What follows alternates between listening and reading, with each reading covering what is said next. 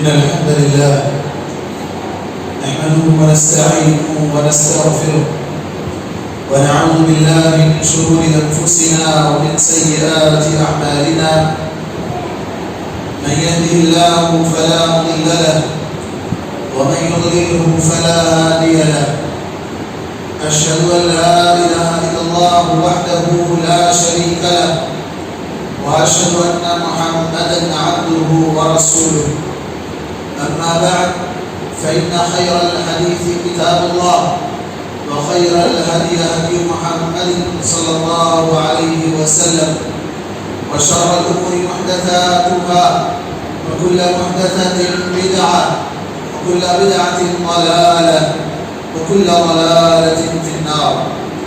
قال الله تبارك وتعالى في كلامه المجيد والفرقان الحميد: فأعوذ بالله السميع العليم من الشيطان الرجيم. يا أيها الذين آمنوا اتقوا الله حق تقاته ولا تموتن إلا وأنتم مسلمون. وقال تعالى: بسم الله الرحمن الرحيم. يا أيها الناس اتقوا ربكم الذي خلقكم من نفس واحدة وخلق منها زوجها وبث منهما رجالا كثيرا ونساء واتقوا الله الذي تساءلون به والأرحام إن الله كان عليكم رقيبا. وقال تعالى: يا أيها الذين آمنوا اتقوا الله وقولوا قولا سديدا يصلح لكم أعمالكم ويغفر لكم ذنوبكم ومن يطع الله ورسوله فقد فاز فوزا عظيما. وقال تعالى: إن أرادني الله بضر هل هن كاشفات ضره أو أرادني برحمته هل هن ممسكات رحمته. أما بعد، محترم حاضرین جمعہ، بزرگوں، نوجوان ساتھیوں، پیارے بچوں، اسلامی ماؤں اور بہنوں، ہر قسم کی تعریف، بڑائی اور بزرگی اسی ایک اللہ رب العالمین کے لیے لائق و سزاوار ہے جو اس ساری کائنات کا تنہا خالق و پالنہار ہے۔ اسی نے سورج چاند بنایا، اسی نے دن اور رات بنایا، وہی دن اور رات کو ایک کے بعد دیگرے چلانے والا ہے، وہی سال کے مہینوں کی گنتی 12 مقرر کرنے والا ہے، وہی ہفتے کے 7 دن مقرر کرنے والا ہے۔ اسی نے جمعہ کے دن کو افضل دن قرار دیا ہے، اسی نے رمضان کے مہینے کو مبارک مہینہ قرار دیا ہے، اسی نے لیلۃ القدر کی رات کو سب سے افضل اور لیلۃ القدر والی رات قرار دیا ہے۔ وہی اللہ رب العالمین کا بے انتہا شکر احسان ہے کہ جس نے انسانوں کی رشد و ہدایت اور ان کی کامیابی اور ان کی دنیاوی و اخروی زندگی کو سدھارنے کے لیے انبیاء اور رسولوں کو بھیجا ہے۔ اللہ کے تمام نبیوں اور رسولوں پر اور خصوصاً ہمارے نبی محمد مصطفیٰ صلی اللہ علیہ وسلم پر بے شمار درود و سلام نازل ہو۔ حاضرین جمعہ، آج کا موضوع عقیدت ہے: ماہ سفر نحوست کی نظر۔ دراصل ہم اور آپ جس مہینے سے گزر رہے ہیں یہ عربی مہینے کا سفر کا مہینہ قرار دیا جاتا ہے، یا اس کا نام سفر کا مہینہ ہے۔ اس سے قبل جو مہینہ گزرا ہے وہ محرم کا مہینہ تھا، حرمت والا مہینہ تھا۔ لیکن افسوس کی بات یہ ہے کہ امت مسلمہ میں شروع ہی سے آستین کے ساتھ رہا کرتے ہیں، جنہیں ہم شیعہ کے نام سے جانتے ہیں، جو منافقین ہیں، جنہوں نے اسلام کی شریع کو اول روز سے بگاڑا ہے، صحابہ کرام کی شان میں گستاخیاں کی ہے، اللہ کے نبی صلی اللہ علیہ وسلم کی وفات کے دن کو ولادت کا دن قرار دے کر امت مسلمہ کے بڑے طبقے کو جشن کے نام پر گمراہ کر دیا ہے۔ اسی طرح کئی گمراہیاں ہیں۔ محرم کا مہینہ جو اسلامی سال کا سب سے پہلا مہینہ ہے، اس مہینے کو رونے پلانے سود منانے کے لیے مقرر کر دیا ہے۔ اور دوسرا مہینہ جو کہ اللہ تبارک و تعالیٰ نے سال کے 12 مہینوں میں اس مہینے کو سفر کا مہینہ جس کا نام قرار دیا ہے، اس مہینے کو نحوست کے نظر کر دیا گیا ہے کہ یہ بڑا منحوس مہینہ ہے۔ افسوس کی بات یہ ہے کہ ہمارے امت مسلمہ کے بہت سے بھولے بھالے لوگ جنہیں دین اسلام سے یا دین تعلیمات سے دور کا بھی واسطہ نہیں ہے، اس طرح کی باتوں میں جو بڑے لوگوں کی باتوں کے نام سے مشہور ہے، بڑوں کا کہنا ہے، بوڑھے لوگوں کی کہاوت ہے، خدا کا کہنا ہے، اس طرح کی باتوں میں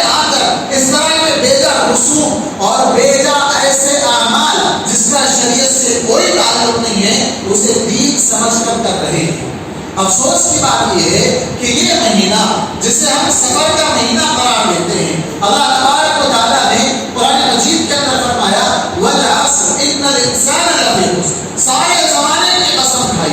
کیا اس زمانے میں یہ سفر کا مہینہ داخل نہیں ہے؟ یہ سفر کا مہینہ شامل نہیں ہے؟ اس سفر کے مہینے کے اوقات شامل نہیں ہے؟ اللہ تبارک و تعالیٰ نے سارے زمانے کی قسم کھائی۔ اور اللہ تبارک و تعالیٰ جب کسی چیز کی قسم کھاتا ہے تو وہ بڑی ہی معزز چیز ہوا کرتی ہے۔ اللہ تبارک و تعالیٰ کسی گھٹیا چیز کی قسم نہیں کھاتا ہے۔ اللہ تبارک و تعالیٰ نے جب زمانے کی قسم کھائی ہے تو کیا نعوذ باللہ یہ سفر کا مہینہ جسے ہم منحوس سمجھ رہے ہیں، کیا وہ مہینہ اس کے اندر شامل نہیں ہے؟ پھر اللہ کے رسول صلی اللہ علیہ وسلم نے حدیث قدسی کے اندر فرمایا یؤذینی ابن آدم، یؤذینی ابن آدم، ابن آدم مجھے گالی دیتا ہے۔ اللہ تعالیٰ فرماتا ہے کہ ابن آدم مجھے گالی دیتا ہے۔ اللہ کو کون گالی دیتا ہے؟ اللہ کو کوئی گالی دے سکتا ہے، لیکن ہم اور آپ، ہم میں سے بہت سے مسلمان ہیں جو اللہ کو گالی دے رہے ہیں۔ کیسے گالی دے رہے ہیں؟ آگے حدیث کے الفاظ ہے یسب الدہر، اس زمانے کو گالی دیتا ہے، وقت کو گالی دیتا ہے، کسی دن کو گالی دیتا ہے۔ آج کا دن منحوس ہے، آج کاروبار خراب ہے، آج کا یہ مہینہ منحوس ہے، یہ سال منحوس ہے، یہ گھڑی منحوس ہے، یہ جگہ منحوس ہے، یہ فلاں منحوست ہے۔ تو اللہ تبارک و تعالیٰ فرماتا ہے یسب الدہر، ابن آدم مجھے گالی دیتا ہے، اللہ کو گالی دے رہے۔ اللہ تعالیٰ کہتا ہے وَأَنَا الدَّهْرُ، زمانہ میں ہوں، أُقَلِّبُ اللَّيْلَ وَالنَّهَارَ، یہ رات اور دن کی گردش، یہ رات کے بعد دن کا آنا، دن کے بعد رات کا آنا، اس کو میں کرتا ہوں، یہ میرے ہاتھ میں ہے۔ کوئی اگر رات کو گالی دے رہا ہے، کوئی اگر دن کو گالی دے رہا ہے تو وہ اللہ کو گالی دے رہا ہے۔ اس کو سمجھنے کے لیے ایک چھوٹی مثال، ہم ہوٹل میں کھانے کے لیے جاتے ہیں یا گھر میں ہی اپنے ہی گھر میں کھانا بنتا ہے، کبھی اونچ نیچ ہو جاتی ہے، کبھی نمک زیادہ ہو گیا، کبھی کچھ زیادہ ہو گیا، ہم کھانے کو گالی نہیں دیتے ہیں، بنانے والے کو گالی دیتے ہیں۔ ہم کس کو گالی دیتے ہیں؟ کھانا اس بنانے والے کو گالی دیتے ہیں، چاہے وہ کوئی بھی ہو، عورت ہو یا مرد ہو، جس نے بھی اس کو بنایا ہے، کیسے بنایا ہے، تو بنانے والے کو گالی لگ رہی ہے۔ تو بالکل رات اور دن کو گالی دینا، رات اور دن کو گالی نہیں لگ رہی ہے، کس کو لگ رہی ہے؟ اللہ کو گالی لگ رہی ہے، اللہ کو گالی دے رہے ہیں۔ کیوں نہیں؟ کتنا قبیح جرم ہے جو ہمارے مسلمان ایک مہینے کو منحوس کر رہے ہیں کہ یہ مہینہ منحوس ہے، اس سے کوئی اچھا عمل نہیں ہوتا، اس میں شادیاں اگر کرو گے تو شادی نامبارک ہو جائے گی۔ اللہ اکبر۔ اللہ کے رسول کی سب سے پہلی شادی، ہمارے نبی کی سب سے پہلی شادی کس سے ہوئی تھی؟ حضرت خدیجہ رضی اللہ عنہا سے ہوئی۔ کب ہوئی تھی؟ اسی سفر کے مہینے میں ہوئی تھی۔ نعوذ باللہ کہ اللہ کے رسول صلی اللہ علیہ وسلم کی شادی نامبارک ہوئی۔ حضرت خدیجہ سے کتنی محبت تھی، کتنی الفت تھی، انہیں سے تو حضرت فاطمہ ہوئی، انہیں سے تو ساری اولاد ہوئی، کہ یہ سب کے سب نامبارک تھے۔ نعوذ باللہ، کس طرح کا الزام۔ اس کے بعد حضرت فاطمہ کی شادی کب ہوئی؟ حضرت فاطمہ کی شادی حضرت علی رضی اللہ عنہ سے کب ہوئی؟ سفر ہی کے مہینے میں ہوئی۔ ان سے جو اولاد ہوئی حضرت حسن، حسین، ام کلثوم، یہ سب کے سب کیا نعوذ باللہ یہ سب لوگ نامبارک تھے؟ کہ حضرت فاطمہ رضی اللہ عنہ کی شادی سفر کے مہینے میں ہونے کی وجہ سے کوئی نامبارک عمل پیش آیا تھا؟ کس نے؟ تو یہ مبارک ہستیاں، ان کی شادیاں سفر کے مہینے میں ہوتی ہیں، اور آپ دیکھیں ہمارے شادی خانے بند پڑے رہتے ہیں، ہمارے شادی خانے بند پڑے رہتے ہیں اس وجہ سے کہ اس میں شادی کرنا نامناسب ہے، اور شادی خانے والے لوگ اس سے دیگر کاروبار پر دے دیتے ہیں۔ کوئی وہاں پر دھماکہ سیل لگاتا ہے، کوئی کچھ لگاتا ہے، کیوں کہ یہ مہینے میں شادیاں نہیں ہوتی، اور کوئی دکان کا افتتاح نہیں کرتا ہے، کوئی کاروبار کرنا، کوئی اچھا کام کرنا، کوئی ڈیلنگ کرنا، زمین خریدنا بیچنا نہیں، نامبارک ہے۔ تیرا تیزی ایک اور بڑی مصیبت ہے، تیرا تیزی۔ ہمارے پاس گلی کوچوں میں لوگ بھی مانگتے پھرتے ہیں، صبح صبح نکل پڑتے ہیں، تیرا تیزی کرو، چاول، خیرات، اس طرح کی چیزیں۔ کیوں؟ اپنے اوپر آنے والی بلا اوپر ڈالو، کیا سمجھ کر کہ ہمارے اوپر بلانا، یہ پوری بلا کس پر ڈال دو؟ اس مانگنے والے پر ڈال دو۔ نعوذ باللہ، ایسی کوئی چیز ہے جو بلاؤں پر ٹرانسفر کی جا سکتی ہے؟ کیا یہ مہینہ، یہ اوقات بلائیں نازل ہونے کا ہے؟ اللہ کے رسول صلی اللہ علیہ وسلم نے بلا کے تعلق سے کیا کہا تھا کہ اپنے برتنوں کو ڈھانپ کر رکھو، رات میں سوتے وقت کوئی برتن کھلا نہ رکھو، کھانے کا بھگونا ہے یا سالن کا کوئی چیز ہے، اس کو کھلا مت رکھو، کیونکہ بلائیں نازل ہوتی. کوئی مہینے کا نام کیا، کوئی رات کا نام لیا آپ نے، ہر وقت کی بات ہے. کیوں؟ اس لیے کہ اس کو ڈھانپ کر رکھا کرو. یہ نہیں کہا کوئی اس کو اٹھا کر تیرا تیزی میں لے جا کر کسی مانگنے والے پہ ڈال دو تو ساری بلائیں کا ٹرانسفر ہو جائے. نعوذ باللہ، ایسا نہیں ہو سکتا ہے. یہ تیرا تیزی ایک بدعت ہے، ایک خرافات ہے، خرافات میں سے خرافی عمل ہے جسے آج ہمارے مسلمان کرتے ہیں اور یہ سمجھتے ہیں کہ اس کے کرنے کی وجہ سے ہم بلاؤں سے محفوظ رہیں گے. بلاؤں سے ایسے محفوظ نہیں رہا جاتا. بلاؤں سے محفوظ رہنے کے لیے کتاب و سنت میں جو طریقہ بتایا ہے، نماز کی پابندی، جو شخص فجر کی نماز پڑھے گا شام تک وہ اللہ کی حفاظت میں آ جائے گا. شام میں سو کے وہ آیت الکرسی پڑھے گا، وہ صبح میں سوئے گا، صبح تک فرشتہ اس کی حفاظت کرے گا. گویا کہ صبح سے شام تک اس کی حفاظت ہو رہی ہے. لیکن ہم، افسوس کی بات ہے، ہم ان چیزوں میں الجھے ہوئے ہیں. ایک اور چیز، آخری چہار شنبہ، آخری چہار شنبہ، اس دن کیا کرنا ہے؟ اس دن پہاڑوں پہ چلے جانا ہے، کھیت میں چلے جانا ہے، فارم ہاؤس پہ چلے جانا ہے، ننگے پیر گھاس پہ چلنا ہے. کیوں کرنا ہے یہ سب کام؟ ثواب ملتا. ثواب ملتا کیوں؟ ثواب کیوں ملتا؟ ہمارے نبی اس دن صحتیاب ہوئے تھے. حالانکہ افسوس کی بات ہے، اللہ کے نبی صلی اللہ علیہ وسلم کی وفات 12 ربیع الاول کو ہوئی، جو اس کے بعد آنے والا مہینہ ہے. آپ دیکھیں کہ یہ ناعاقلت اندیش لوگ، جاہل لوگ، جو ان لوگوں کی باتوں میں آ کر نبی کریم صلی اللہ علیہ وسلم کی وفات کے دن ولادت کو بنا کر جشن میلاد مناتے ہیں، خوشیاں مناتے ہیں، گویا کہ یہ ہمارے نبی سے بغض ہے، ہمارے نبی سے نفرت ہے، ہمارے نبی کی شان میں گستاخیاں ہیں. اللہ کے نبی صلی اللہ علیہ وسلم آخری چہار شنبے کو صحتیاب نہیں ہوئے تھے، آخری چہار شنبے کو بیمار ہوئے. آپ صلی اللہ علیہ وسلم بیمار ہو رہے ہیں اور ہم یہ کہہ رہے ہیں کہ آپ صلی اللہ علیہ وسلم اس دن صحتیاب ہوئے تھے. اگر آپ صلی اللہ علیہ وسلم صحتیاب ہوئے تھے، تھوڑی دیر کے لیے اگر مان بھی لیا جائے تو کیا ہمیں آپ صلی اللہ علیہ وسلم نے کہا تھا کہ اس دن میں صحتیاب ہوا ہوں تو تم لوگ جشن مناؤ، اس دن کھیر پوری بناؤ، اس دن جاؤ پکنک مناؤ، جنگل میں جاؤ، ٹھنڈی ہوا کھاؤ؟ آپ نے کہا تھا؟ نہیں کہا تھا. تو پھر کیوں کر رہے ہیں؟ تو یہ چیز ہے کہ آپ صلی اللہ علیہ وسلم اسی دن بیمار ہوئے تھے، تو گویا کہ ہم آپ کی بیماری کی خوشی منا رہے ہیں. آپ صلی اللہ علیہ وسلم ادھر بیمار ہونے کا پہلی بات تو آپ صلی اللہ علیہ وسلم بیمار ہوئے تھے تو آپ صلی اللہ علیہ وسلم کے بخار کے سلسلے میں حدیث میں ملتی ہے، اللہ کے رسول صلی اللہ علیہ وسلم کو ایک مرتبہ کافی زیادہ بخار تھا. ایک صحابی نے دیکھا، پوچھا جا کہ رسول آپ کو تو بڑا بخار لگ رہا ہے. کہا ہاں، مجھے تم نے کہ 2 آدمیوں کے برابر بخار آتا ہے. اللہ اکبر، کتنا؟ ہم نے کہ ایک آدمی کو 102 بخار آ رہا ہے تو حالت خراب ہو جاتی ہے. آپ صلی اللہ علیہ وسلم نے کہا مجھے ڈبل بخار آتا ہے، مجھے ڈبل بخار آتا ہے، لیکن اس سے گناہ ویسے جھڑ جاتے ہیں جیسے سوکھے درخت سے پتے جھڑ جاتے ہیں. تو بیماری کو منحوس نہیں سمجھنا ہے. بیماری منحوس نہیں ہے، بیماری گناہوں سے نجات کا ذریعہ ہے. بیماری اعمال کے درجات میں اضافے کا ذریعہ ہے، اور یہ لوگ اس کو یہ سمجھ رہے ہیں. ایک اور سفر کے مہینے کے تعلق سے ایک جھوٹی حدیث پیش کی جاتی ہے کہ آپ صلی اللہ علیہ وسلم اس مہینے میں بیمار ہو گئے اور آپ نے اس مہینے سے جلد نکلنے کے لیے پڑے ہوئے کیا آپ نے کہا؟ حدیث جھوٹی حدیث، صحیح حدیث ہے، من بشرنی بخروج سفر بشرته بالجنہ، جو کوئی مجھے سفر کے مہینے کے رخصت ہونے کی اطلاع دے گا میں اسے جنت کی خوشخبری دوں گا. نعوذ باللہ کہ آپ صلی اللہ علیہ وسلم نے کسی دن کو منحوس سمجھا، آپ صلی اللہ علیہ وسلم نے کسی مہینے کو منحوس سمجھا تھا جو آج ہم منحوس سمجھ رہے ہیں. یاد رکھیں اللہ تبارک و تعالیٰ نے فرمایا کوئی شخص اگر نقصان پہنچانا چاہے تو اس کو تک نہیں پہنچا سکتا جب تک اللہ نہ چاہے، جب تک اللہ نہ چاہے. تو اسلام میں کسی جگہ کو، کسی وقت کو، کسی چیز کو منحوس قرار نہیں دیا گیا. یہ جگہ منحوس ہے نہیں، یہ وقت منحوس ہے نہیں، یہ چیز منحوس ہے نہیں. اللہ کے رسول صلی اللہ علیہ وسلم نے ابو داؤد کی ایک روایت آتی ہے، الشؤم فی ثلاث، نحوست اگر ہوتی تو 3 چیزوں میں ہوتی. نحوست اگر ہوتی تو 3 چیزوں میں ہوتی. کس میں ہوتی؟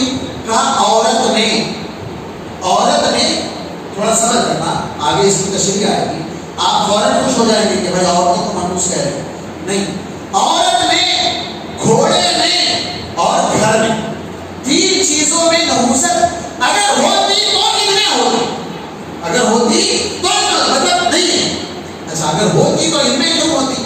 اس میں ان تینوں میں نحوست کا کیا معنی ہے؟ کیا وہ عورت جو بد زبان ہے، وہ عورت جو نافرمان ہو، وہ عورت جو بد اخلاق ہو، اس عورت کے تعلق سے کہا گیا یہ نہیں کہ ہر عورت کو کہا گیا، نہیں، اگر اس عورت کی نحوست کیا ہے؟ بد زبانی، بد اخلاقی یا کہ بد مزاجی اس کی ہے، تو وہ عورت اگر منحوس ہوتی تو وہ منحوس ہے۔ اور اگر گھر کیوں منحوس ہے؟ گھر کے نحوست کا مطلب یہ ہے کہ پڑوسی برا ہو، پڑوسی اچھا نہ ہو، لڑائی جھگڑا کرنے والا ہو، وہ ہمیشہ شور شرابہ کرنے والا ہو، نقصان پہنچانے والا ہو، تو وہ گھر اس جگہ اس کی وجہ سے اگر ہوتا تو منحوس ہوتا، اور اگر تب ہو سامان ضرورت جتنے بھی سامان ہے وہ اس کے اندر سما نہیں پا رہے تو منحوس ہو سکتا ہے۔ اور اسی طرح گھوڑا سواری کے تعلق سے آپ نے کہا تو وہ گھوڑا جو جہاد میں نہ جائے، وہ گھوڑا جو سست رفتار ہو جائے، وہ گھوڑا جو کسی کام کا نہ ہو، تو اس کے بارے میں ہم نے کہا اگر ہوتی نحوست تو ان تین چیزوں میں ہوتی۔ لیکن نحوست کی اگر بات کی جائے کہ کیا کوئی چیز نحوس ہے، اس سلسلے میں ایک حدیث ہے، میں وہ بیان کر کے اپنی بات کو آگے بڑھاتا ہوں۔ آپ صلی اللہ علیہ وسلم نے فرمایا لا عدوى ولا طیرہ ولا ہام ولا صرع، کوئی بیماری خود سے متعدی نہیں ہوتی، خود سے کوئی بیماری متعدی نہیں ہوتی۔ پہلے شخص کو بیماری لگی ہوئی ہے، اس کی بیماری دوسرے کو لگ رہی ہے، تو ہم یہ سمجھ رہے ہیں کہ اس کی وجہ سے اس کو لگ رہی ہے، نہیں، بلکہ اللہ تبارک و تعالیٰ ہی اس کو اس کے قابل بنایا ہے کہ وہ دوسرے کو لگے۔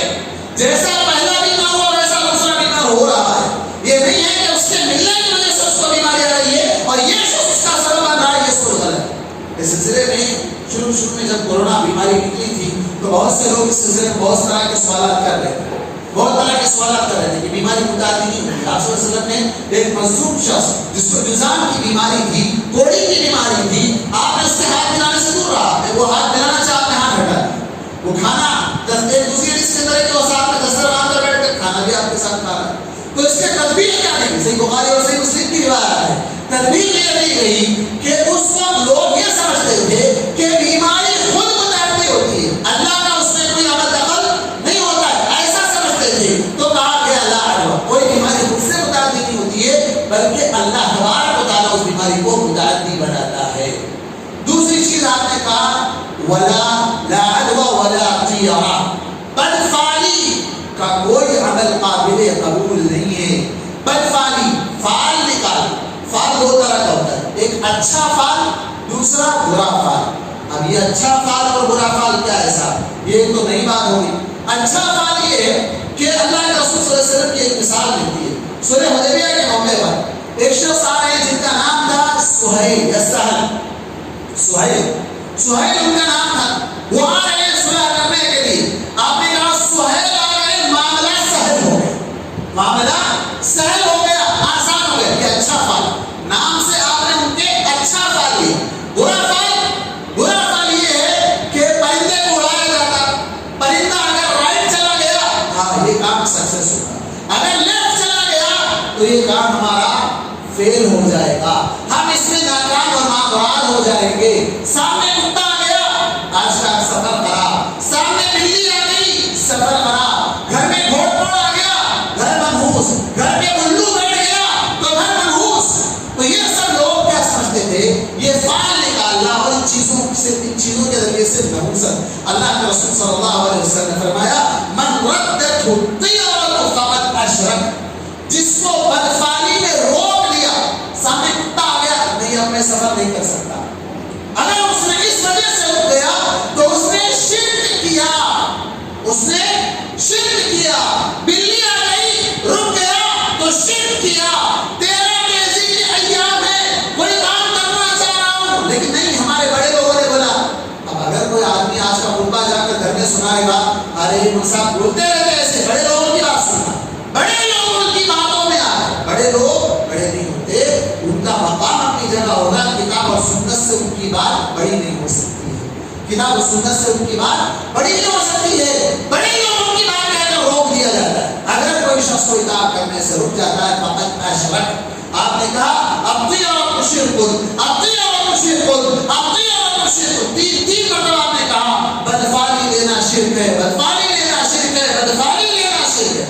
فال نکالنے کے لیے طوطے والے کے پاس بھی جاتے ہیں ہمارے لوگ. طوطے والا کیا کرتا؟ 20 روپے 50 روپے میں قسمت بتا دیتا، وہ ہاتھ کی لکیریں دیکھ کر بتا دیتا. فال نکالنے کے لیے اس کے پاس جائے، وہ پرندہ کارڈ اٹھائے گا، طوطا کارڈ اٹھائے گا. طوطے کو معلوم ہے تو وہ قید کیوں ہے؟ طوطے کو اگر اپنا مستقبل معلوم ہوتا تو وہ اس پنجرے میں قید کیوں ہوتا؟ اس پنجرے میں قید کیوں ہوتا؟ تو اس طرح یہ لوگ پیسے کمانے والے ہیں، ایمان کو خراب کرنے والے ہیں. آپ صلی اللہ علیہ وسلم نے کہا من اتا عرافا، جو کوئی شخص اس طرح فیوچر جاننے والے کی خبریں بتانے کی جو باتیں کرتا ہے، فیوچر بتانے کا دعویٰ کرتا ہے، اس کے پاس اگر جائے فسألہ، اس سے سوال کرے میں شادی کرنا چاہ رہا ہوں کیسا، میں گھر بنانا چاہ رہا ہوں، واسطہ لینا چاہ رہا ہوں کیسا، میں کاروبار کرنا چاہ رہا ہوں کیسا، اگر جانے اس سے پوچھتا ہے اور اگر وہ کوئی خبر دیتا ہے اس کی بات کو یہ نہیں مانتا، اس کی بات کو نہیں مانتا، تو 40 دن کی نماز قبول نہیں. جا کے سوال کرنے پر اس کی بات ریجیکٹ کرنے پر ریجیکٹ کر رہا ہے، اس کی بات کو ایکسپٹ نہیں کر رہا ہے، تب بھی 40 دن کی نماز قبول نہیں ہوگی. لن تقبل له صلاۃ 40 یوما، 40 دن کی نماز قبول نہیں ہوگی ریجیکٹ کرنے کے بعد. اچھا اگر ایکسپٹ کر لے تو کیا ہوگا؟ اگر اس کی بات کو مان لے، ہاں ایسا ہو سکتا ہے تو میں بھی یہ کام نہیں کروں گا، پھر میں سفر نہیں کروں گا، میں دکان نہیں کھولوں گا، میں شادی نہیں کروں گا، میں فلاں کام نہیں کروں گا. اگر وہ رک جاتا ہے، اس کی بات کو یقین کر لیتا ہے، فقد کفر بما انزل علی محمد، وہ قرآن مجید کا انکار کرنے والا ہے، وہ مسلمان نہیں ہے. اگر اس کی بات کو مانتا ہے، 20 روپے میں ایمان گنوا کے آیا، 20 روپے میں ایمان گنوا کے آ گیا، تو یہ لوگ ہیں جو ایمان کو خریدنے والے ہیں. تو ایسے میں ہمیں ان لوگوں کو یاد کرنا چاہیے جو کل قیامت کے دن جنت میں بغیر حساب کتاب کے جنت میں جائیں گے. ان کا حساب بھی نہیں لگا، کوئی حساب نہیں ہوگا. کتنے خوش نصیب لوگ ہوں گے؟ 70,000 لوگ ہوں گے. کتنے لوگ ہوں گے؟ 70,000 لوگ ہوں گے. اللہ کے رسول نے ایک مرتبہ ایسے ہی کہا کہ میری امت میں کچھ لوگ ایسے ہوں گے جو بغیر حساب کتاب کے جنت میں جائیں گے. صحابہ سوچتے بیٹھ گئے کون لوگ ہوں گے؟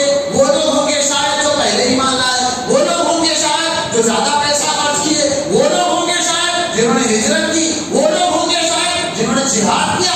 مختلف اپنی اپنی باتیں سوچنے لگے. اللہ کے رسول صلی اللہ علیہ وسلم آئے اور آپ نے کہا هم الذین لا يرقون ولا يسترقون ولا يتطیرون وعلى ربهم يتوکلون. وہ لوگ جو جھاڑ پھونک نہیں کرتے، جھاڑ پھونک کرنے والوں کو طلب نہیں کرتے، وہ لوگ جو فال نہیں نکالتے، بدفعلی نہیں لیتے اور اپنے رب پر بھروسہ کرنے والے لوگ ہیں. تو یہ لوگ ہیں جو بغیر حساب کتاب کے جنت میں جائیں گے. اس مہینے کو جو بدفعلی لیتے ہوئے منحوس سمجھے گا اس نے شرک کیا، وہ مشرک ہے. اللہ تبارک و تعالیٰ نے کسی وقت کو، کسی دن کو، کسی جگہ کو، کسی مقام کو، کسی چیز کو منحوس نہیں بنایا. ما خلقت هذا باطلا، ہم کہتے ہیں مومنوں کی دعاؤں میں الفاظ شامل ہوتے ہیں ربنا ما خلقت هذا باطلا، اے پروردگار تو نے اس پوری کائنات کو بیکار نہیں بنایا. یہ ایام بیکار نہیں ہے، یہ ایام بڑے مبارک ایام ہیں. اس میں اللہ کے نبی نے شادی کی ہے، اپنی بیٹی کی شادی اللہ کے نبی نے کروائی ہے. اگر ہم یہ سوچ کر رک جاتے ہیں کہ اس میں شادی کرنا غلط ہے تو پھر بھلا بتاؤ اللہ کے نبی نے کیوں اس میں شادی کی تھی؟ اپنی بیٹی کی شادی آپ صلی اللہ علیہ وسلم نے اس دنوں میں کیوں کروائی تھی؟ بہت سی ایسی خرافات آج امت مسلمہ کے اندر غیروں کی طرف سے داخل کی گئی اور کچھ ہمارے ہندوانہ رسم و رواج بھی کا اس کا بھی ہم پر اثر ہوا ہے. کئی ایسی چیزیں ہیں جو ہم نے اپنے ان لوگوں سے حاصل کی، ان کے ساتھ رہن سہن کی وجہ سے کئی ایسی چیزیں جو ہمارے درمیان داخل ہو گئی ہیں اور ہم اس کو اسلام یا دین یا کچھ بڑے کی باتیں کہہ کر ہم نے اس کو ایکسپٹ کر لیا ہے، جبکہ اسلام سے اس کا کوئی تعلق نہیں ہے۔ اللہ تبارک و تعالیٰ سے دعا ہے کہ اللہ تبارک و تعالیٰ ہم تمام کو دین اسلام کی سچی تعلیمات کو سیکھنے، اس کے مطابق عمل کرنے کی توفیق عطا فرمائے۔ ہر قسم کی بدعات اور خرافات سے اللہ تبارک و تعالیٰ ہم کو اور ہماری نسلوں کو بچائے رکھے۔ اللہ تبارک و تعالیٰ بت پرستی سے ہماری اور ہماری نسلوں کی حفاظت فرمائے۔ آمین۔ وآخر دعوانا ان الحمد للہ رب العالمین۔